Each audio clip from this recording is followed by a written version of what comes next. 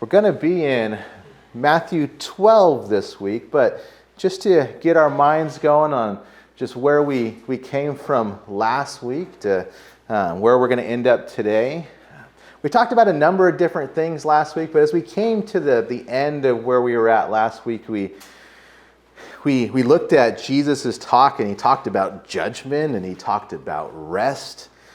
He told us that judgment is coming, but then he followed that up, and Jesus said, "Come to me, all who are heavy laden and all who labor." He's like, "And I will give you rest." He said that he will give us rest for our very souls, and I hope that you understand, I hope that you know, I hope you've already experienced that is what you actually and definitively need. I think a lot of us that remember our times pre-Jesus, and I don't know, like I said, where everybody stands at this moment, but I think we can remember that time of just restlessness and hopelessness in a lot of ways, of no purpose. And then it's like Jesus enters the scene, and Jesus changes everything, and now it has purpose, and now there is hope, and now there is Him, and there's rest. But from wherever that we come from, or wherever we come from, whatever we've done, whatever's been done to us, whatever we're going through right now, what we talked about last week is that we can lay it all down to Him, because He's the one that's going to take care of it. He's the one that brings that rest. It doesn't come from anywhere else. The reality is that Jesus may not take every little problem away. That's not what He says. He may not take every little problem away. But in Christ and in His salvation, in His rest, in that place, like all the other troubles of life and of the world and everything else, they start to mean a bit less. Like when there's this undercurrent of His rest, His grace, His mercy, His love, His joy, His salvation, like all the stuff riding on top means less when there's that just constant push of everything that Jesus has done that rides under it. There's a passage in, we won't go there, we'll get ready for our passage, but there's a passage I wanted to read you. Just I was thinking about that this week where we were at last week, but it's in 2 Corinthians 4, 16 and 18, and it says, 16 through 18, so 2 Corinthians 4. It says, "This is why we never give up. Though our bodies are dying, our spirits are being renewed every day. For our present troubles are small and won't last very long. Yet they produce for us a glory that vastly outweighs them and will last forever. So don't look at the troubles we can see now. Rather, we fix our gaze on things that cannot be seen. For the things which we see now will soon be gone, which are like our current issues. But the things that we cannot see will last forever, which are the things of God." All of the things and all of the troubles of right now and right here won't be anything compared to the things of the Lord and to His kingdom, to His promises. Those things are going to last forever. So as we talked about last week, as we get started into this week, there is good reason to lay it all down to Him, because the God of forever, that He just said, all these little things last a little while, but the God of forever is far more capable of dealing with our little momentary problems than we are. So we take it to Him. It's where we kind of finished out last week, and let's move into where we're going to be this week in Matthew 12. It's like Jesus is teaching these incredible lessons. He's making these incredible points. Now we come back into Matthew 12, and people are trying to just cause problems and trip them up again. It's like, come on, listen to what He's saying. But let's read this. Matthew 12, starting in verse 1. We're going to read the first 14 verses. It says, "At that time, Jesus went through the grain fields on the Sabbath, and His disciples were hungry, and began to pluck heads of grain and to eat. And when the Pharisees saw it, they said to Him, 'Look, your disciples are doing what is not lawful to do on the Sabbath.' But He said to them, 'Have you not read what David did when he was hungry, and he and those who were with him, how he entered the house of God and ate the showbread, which was not lawful for him to eat, nor for those who were with him, but only for the priests? Or have you not read in the law that on the Sabbath the priests in the temple profane the Sabbath and are blameless? Yet I say to you that in this place there is one greater than the temple. But if you had known what this means, that I desire mercy and not sacrifice, you would not have condemned the guiltless. For the Son of Man is Lord, even of the Sabbath. And when he had departed from there, he went into their synagogue. And behold, there was a man who had a withered hand. And they asked him, saying, Is it lawful to heal on the Sabbath? That they might accuse him. Then he said to them, What man is there among you who has one sheep, and if it falls into a pit on the Sabbath, will not lay hold of it and lift it out? How much more value then is a man than a sheep? Therefore it is lawful to do good on the Sabbath. Then he said to the man, Stretch out your hand. And he stretched it out, and it was restored as whole as the other. Then the Pharisees went out and plotted against him how they might destroy him. Well, now this passage in the framework of what's going on in this passage, it talks a lot about the Sabbath. That's obviously a key element of what's going on in this passage. It's not like really our main point of focus this morning, but just so that we have a common understanding a little bit on what the Sabbath is. And I'll read, there's a real quick explanation in the Old Testament. You're probably familiar with it because it's in the Ten Commandments. It's just an explanation of what the Sabbath is, because obviously it's what's causing the issue right here in our passage. But in Exodus 20, so right in the middle of the Ten Commandments, Exodus 20, and this is verse 8 through 11 of Exodus 20. And so God makes this commandment. He says, Remember the Sabbath day to keep it holy. 6 days you shall labor and do all your work, but the seventh day is the Sabbath of the Lord your God. In it you shall do no work, you, nor your son, nor your daughter, nor your male servant, nor your female servant, nor your cattle, nor your stranger who is within your gates. For in 6 days the Lord made the heavens and the earth, the sea and all that is in them, and rested on the seventh day. Therefore the Lord blessed the Sabbath day and hallowed it. God made this command in the Ten Commandments. And it's a pretty clear explanation of what the Sabbath is. It looks back to, obviously, God's work in creation, that God worked in 6 days. And in those 6 days, he made the lights, he made the land, he made the waters, he made the atmosphere, he made the animals, he made us, he made everything that lies outside of this earth and out in space, everything. He made it all in those 6 days.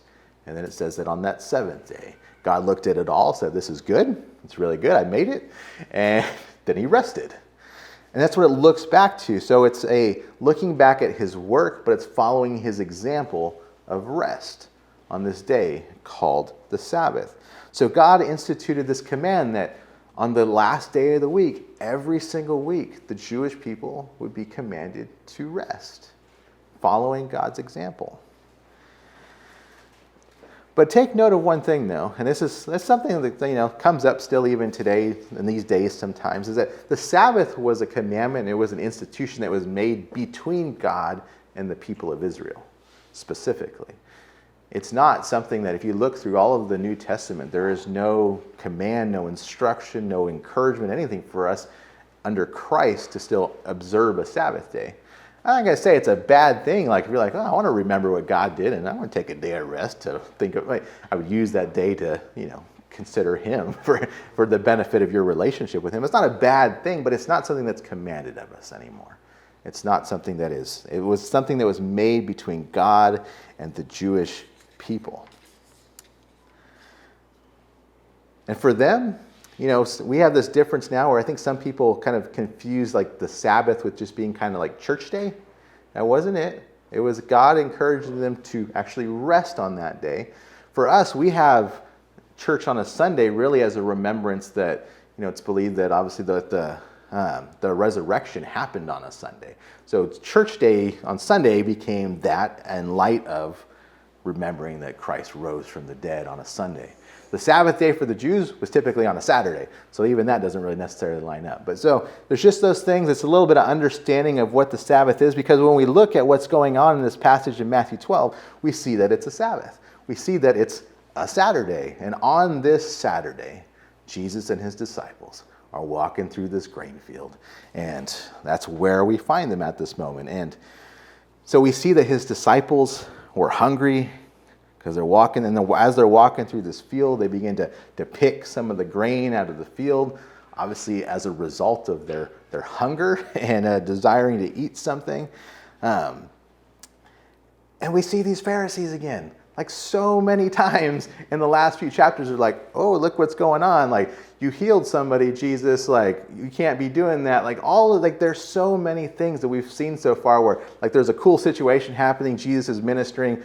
Pharisees and scribes jump out of somewhere and start making accusations. It's been like every single chapter of the last few chapters. But once again, it's like, are they hiding in the field? Are they following him? I mean, it's like, what in the world are they doing? Because once again, it's like these guys are picking some grain from the field.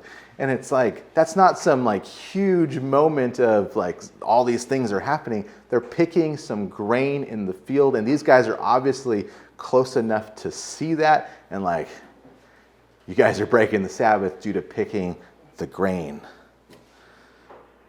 It's crazy. They're picking the grain because they're hungry. But these guys, they come to Jesus. We see this in this passage. They come to Jesus in verse 2 after they saw them picking the grain. They're like, look, your disciples are doing what is not lawful to do on the Sabbath. He's like, your disciples are breaking the law by picking some grain because they're hungry and want to eat. That's what's being told to Jesus right now. But when I think we've gained some understanding about these guys as we've been going through Matthew. These guys, the scribes and the Pharisees, like they were very well versed in God's law, but unfortunately, they took it upon themselves to start adding all of their own junk to it. It's like they weren't just observing the truth and the simplicity of what God's law was and the heart of God's law. They were kind of stripping all of the heart out of God's law, and they were adding in all their own rules and regulations to it. And that's what they're kind of leveraging right now when they're coming at these guys for eating some grain. They made all these ridiculous rules and regulations, and as we've talked about so many times, it's rooted more in self-righteousness rather than honoring God. Like, you see all of the things that they're making, like, how is that honoring God? Like, some of the things that they're, like, we talked about some before, talked about some of their crazy additions, and there's a huge list of them. I ran into some this week as I was looking through this.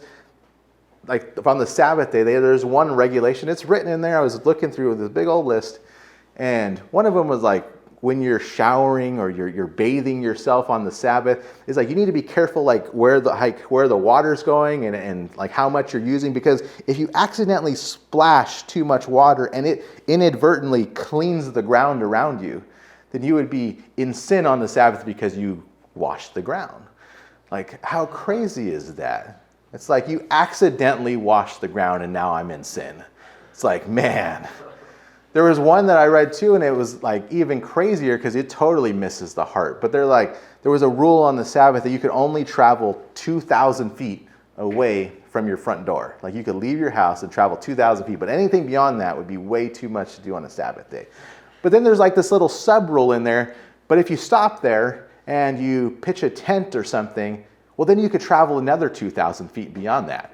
And so it's like, okay, I can get to this point, I could do the work, which I'm not supposed to be doing, of making a tent or this like little stopping point, and then I can keep going. It's like, well, can I keep doing that? Do I have to pitch a tent every 2,000 feet and I can still get to my destination? Like, that's ridiculous. Like, it is completely ridiculous. But that's where these guys are at. Like, that's where they're rooted in. Like, they're rooted in this like just dumb stuff, but they're totally missing God's heart of why he wants people to do the things that he wants to do, why they can do things in such a way to honor him. Like I said, there's some crazy stuff that they're coming up with. And so right now we find them, again, like we talked about, they're coming at Jesus' disciples with these accusations. And what are they claiming? All that they're claiming is that these guys picked some grain to make some food. And according to these guys and their rules and regulations, they said that these guys were breaking the law by doing that. The crazy thing is, I bet these guys were working harder spying on them than these guys were picking some grain and eating. Like, if work is the issue, then it's like, I think these guys are working harder by tracking them down and spying on them and making all these accusations.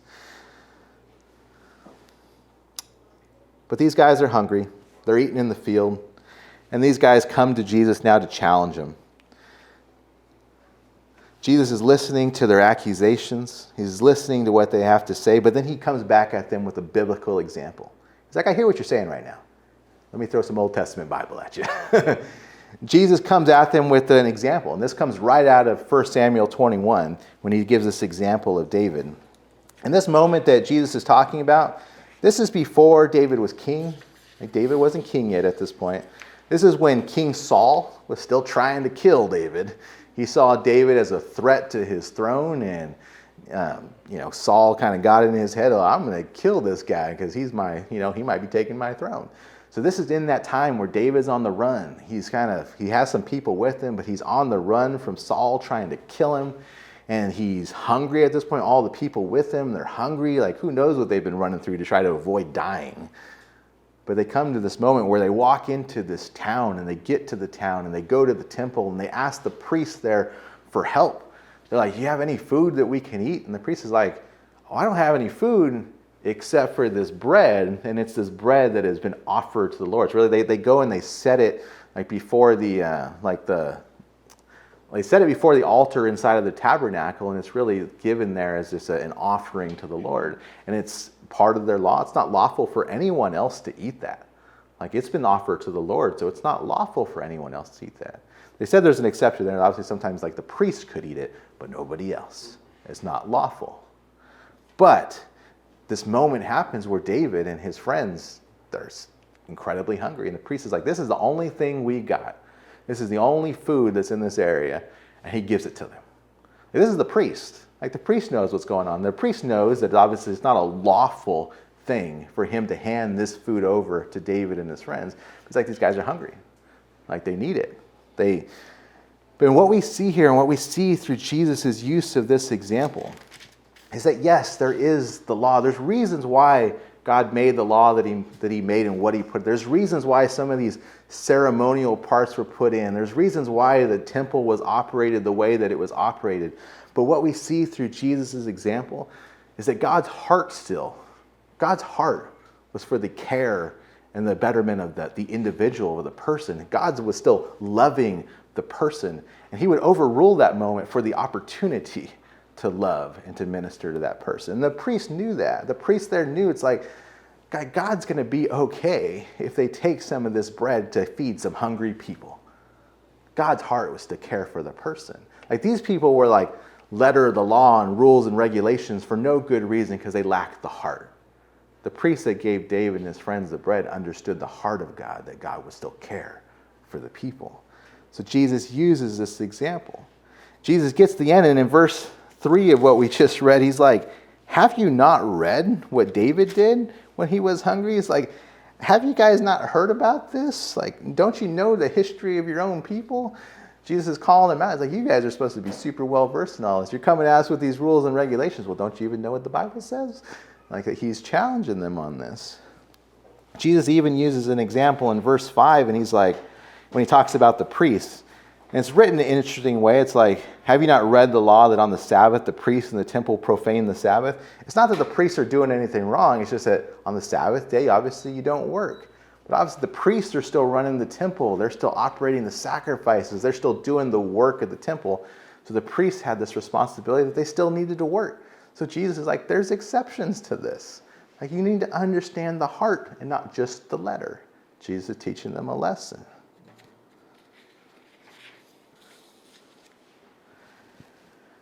When we see down in verse 6 through 8, we understand that, these guys are missing something. Like, obviously, there's some exceptions here. Obviously, God's heart is the direction through which everything should follow. These guys reduce God's law to just like nitpicking rules and regulations. It's not what God's about. Jesus is setting the record straight for them. He's really going to help them understand that there's something even greater happening here that they don't even realize yet. And so in verses 6 through 8 of Matthew 12, Jesus is talking. He gave those examples, but then starting in verse 6, he says, I say to you that in this place there is one greater than the temple. He's like, they obviously regard the law with high regard. They regard the temple with high regard, extremely high regard. Jesus says that in this place, right now, there is one greater than the temple. And if you had known what this means, that I desire mercy and not sacrifice, you would not have condemned the guiltless. You wouldn't have condemned these guys. For the Son of Man is Lord even of the Sabbath. Like I said, these guys have these things in really high regard. Like it's God's law, it's God's house. But while these things are very important, they were missing the even more important thing that was standing right in front of them. Jesus says in verse 6, and he's talking about himself, obviously, he says there is someone standing in this place right now that is greater than this temple that you revere. And that's an extremely definitive statement. I hear oftentimes like people say that Jesus never claimed to be God in the Bible. Like he did all the time, like all the time.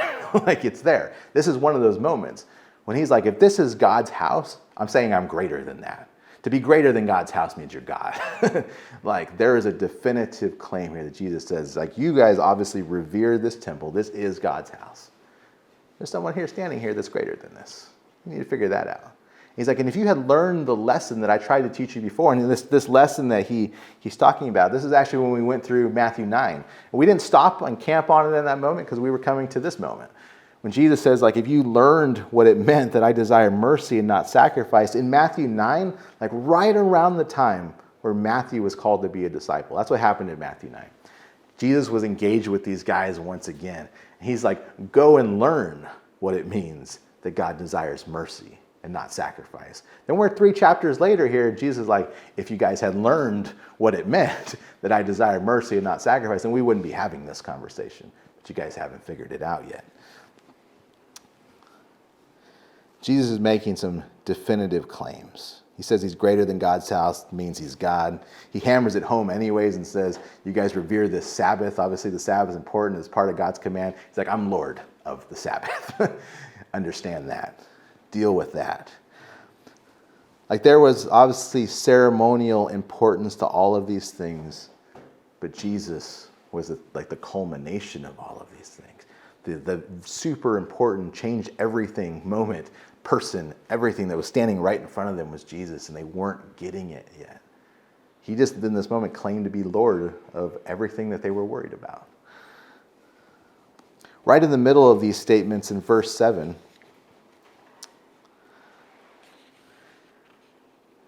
I said, that was that statement, that I desire mercy and not sacrifice. I want to understand what that means a little bit. You see, there's 2 sides to this. When you look at mercy and sacrifice, mercy is really like a condition of the heart. And sacrifice is really an action. So when mercy is a condition of the heart and sacrifice is an action. Action and the heart are both really important. But when we come and we see what Christ is about, we see how he treated people, when we understand the heart that he desires us to have, when he wants us to have his heart, then we know and we can see, and we'll see in another passage, that the heart, the right heart, always needs to precede the action. The action doesn't really mean anything if there is no right heart backing it up. So when Jesus says, I want you guys to understand the merciful side, I want you to understand the condition of the heart, I want you to understand the importance of that. The sacrifice is good, but if we don't have this, then we're not ready for that yet. There's a passage in 1 Corinthians 13.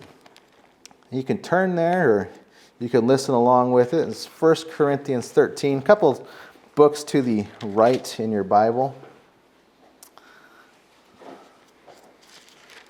This makes it really clear. 1 Corinthians 13, and we're going to read the first 7 verses of this. So starting in verse 1 of 1 Corinthians 13, it says, though I speak with the tongues of men and of angels, but have not love, I have become sounding brass or a clanging cymbal. Though I have the gift of prophecy and understand all mysteries and all knowledge, and though I have all faith so that I could remove mountains, but have not love, I am nothing. And though I bestow all my goods to feed the poor, and though I give my body to be burned, but have not love, it profits me nothing. Love suffers long and is kind. Love does not envy. Love does not parade itself, is not puffed up, does not behave rudely, does not seek its own, is not provoked, thinks no evil, does not rejoice in iniquity, but rejoices in the truth. It bears all things, believes all things, hopes all things, endures all things. There's this clear statement all through the beginning of this chapter that says you can do all of these seemingly wonderful actions. You can do all of the actions. You can put on the show of all of these actions.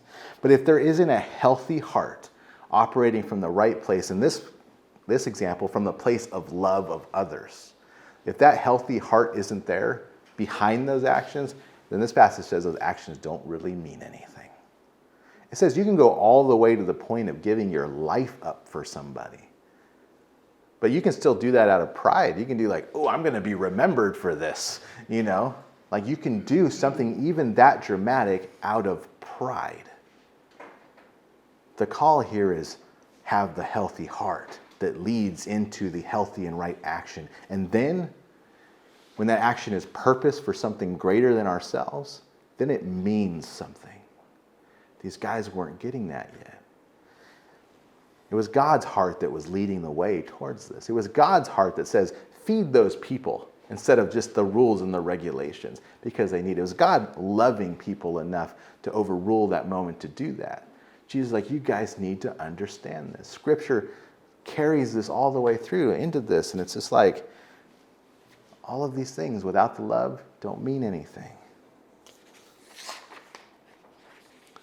When I look at that whole list of just the example of what that love would look like, I think of these guys that are following Jesus. It's like, you know, I don't think that these guys are being very loving in their pursuit of Jesus and his disciples. I think that they are definitely envious of Jesus' influence. I think that they have shown that they have been prideful. I think they've been showing off. I think they've been rude. I think they've been self-seeking. I think they've been angry. I think they've been thinking evil of others. Obviously, they've been trying to rejoice when other people mess up, but they've kind of failed in actually identifying that happening. But they've been trying to really go against every one of these characteristics of what that love would look like. That's how these guys are operating. The problem is they're so convinced that they're holy and they're righteous in doing that, but they just missed it. They have missed the heart that God intended for them to have all the way through the Old Testament and into Jesus actually standing in front of them. They've missed it. So when we look at this and we consider this passage, when we see it from the lens of God's heart, Jesus' disciples didn't do anything wrong by picking some food to eat that day. That wasn't the problem. So we see and we know that that's not a problem. But it's crazy because now they're trying to catch Jesus up right after this in another situation. Because there's another Sabbath law. There's another Sabbath law that somebody can't be helped or healed on the Sabbath unless it is an immediate life-threatening situation. Like unless their life is in jeopardy right now, you can't do anything about it to help them because it's the Sabbath day. So they're like, Jesus, like it's the passage that we're looking at right here. When we get to verse 9 on down, let me read this. It says, he departed from their initial conversation that he was having with these guys. He departed from that place. He went into their synagogue. Behold, there was a man with a withered hand, and they asked him, saying, is it lawful to heal on the Sabbath? That they might accuse him. They're looking again for another problem. He said to them, what man is there among you if you had a sheep and it fell into a pit on the Sabbath that you wouldn't lay hold of it and lift it out? How much more value is a man than a sheep? Therefore, it's lawful to do good on the Sabbath. He said to the man, stretch out your hand. He stretched it out. It was restored as whole as the other.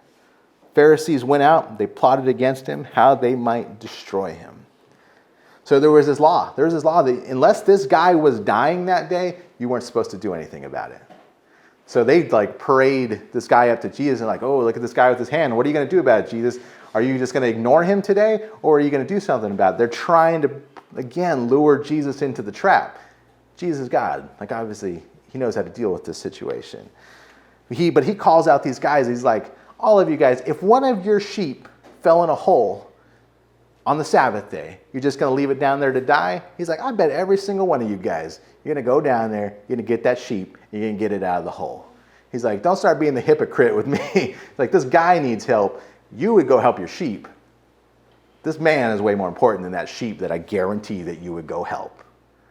And so Jesus, and me, I'm always like a visual, like I just imagine the situation in this room. It's like, Jesus is like probably I would be frustrated. These guys, still, you're coming at me, like constantly. How many times already in this book have you been coming at me with this ignorant, ridiculous stuff? And I just imagine Jesus is like locked eyes with him. He's like, hey guy, give me your hand. Stretch out your hand. Hand's healed. You see that? It's just like, he just deals with it. He's like, I'm not worried about your problems, your rules, your regulation, because I am God. He already told them that. He's like, know my heart and know that I care for that man more than all of your rules and your regulations about today. Notice that this day was set aside for you to know who God is in a better degree, to know his work, to know his rest. That's what this day is about, to understand him and his heart. You guys have missed all of that. But at least now you can see him at work in that moment to teach them the lesson that they've missed through all of this time. Again, I think Jesus stared them down right here. This is how I feel like it went down. But these guys, after this happened, after the guys healed, the next statement is they left. And it's like these guys are basically saying, like, this guy is a problem. We need to kill him. That's where the situation ends. Jesus is engaged with these guys with all of their ignorant problems. Jesus heals the man, and these guys, the next step is like, we need to get him killed. They think they're holy. They think they're doing right. They think they're upholding the law. They're doing all this crazy stuff. Their next step is we need to murder this guy for what's happening here. I was like, who's in the right, who's in the wrong on that situation? This passage, the passage that we're in today, said it ends. It ends with really the first pieces of the plot to kill Jesus. That's where this ends. These guys, they got it in their head now. Like, this guy's a problem. Like, he's teaching these things. He's doing these things. Like, we can't do anything about it. He's right. We can't catch him up. Like, he's making us look bad. We need to kill him. That's where this ends. And we're going to see as we go through the rest of this book, we're going to see obviously where that leads. But for us, as we walk away today, I think the big thing I would want us to walk away from, obviously, all through this book, like, please take the time, like, look through Scripture to understand God's heart. There's a lot of times where it's like, we don't just follow like the letter of the law for the moment. We follow God's heart. Like, I think even like practically, I know that there's places in this country and such where like it's unlawful, like it's against the law to help somebody like homeless and in need, because like you'd be helping them stay in that area where they're not desired. Like, it's against the law to do that. And I've seen in stories of people that, have done that and been arrested for it. Like, they have been arrested because they took the time to help somebody in need in that situation. And it's like, again, like as we even practically observe the law of the land, there's a time when there's the letter of the law, and then there's the heart of what's right to do. And like, people have to make that determination at times. But for us, like I said, as we walk away, know that our action in this life is dramatically important. It's very important what we choose to do in this life. It's very important how we choose to carry ourselves. Action is important. The reality is that we can live our life with great intentions, but intentions don't really mean much until intentions are put to work. The actions that we do, as important as they are, they also don't mean anything unless they're coming from a heart that is in the right place. These guys needed it. I encourage us today as we walk away, let's check our hearts before the Lord. Let's make sure our hearts are right before the Lord, and then let's follow Him into the action. Let's follow his heart. Let's lead that way starting with a love for God, which should definitely turn into a love for people. And that would cause us to act along with his heart for the purposes of the glory of God. Jesus was exemplifying that. His disciples are walking in the middle of it. These guys just didn't get it. I hope we get it. It's important enough for us to get because, we don't got all the time in the world. We just got whatever time we got. I want to use it well. I want us all to use it well. So, let's pray.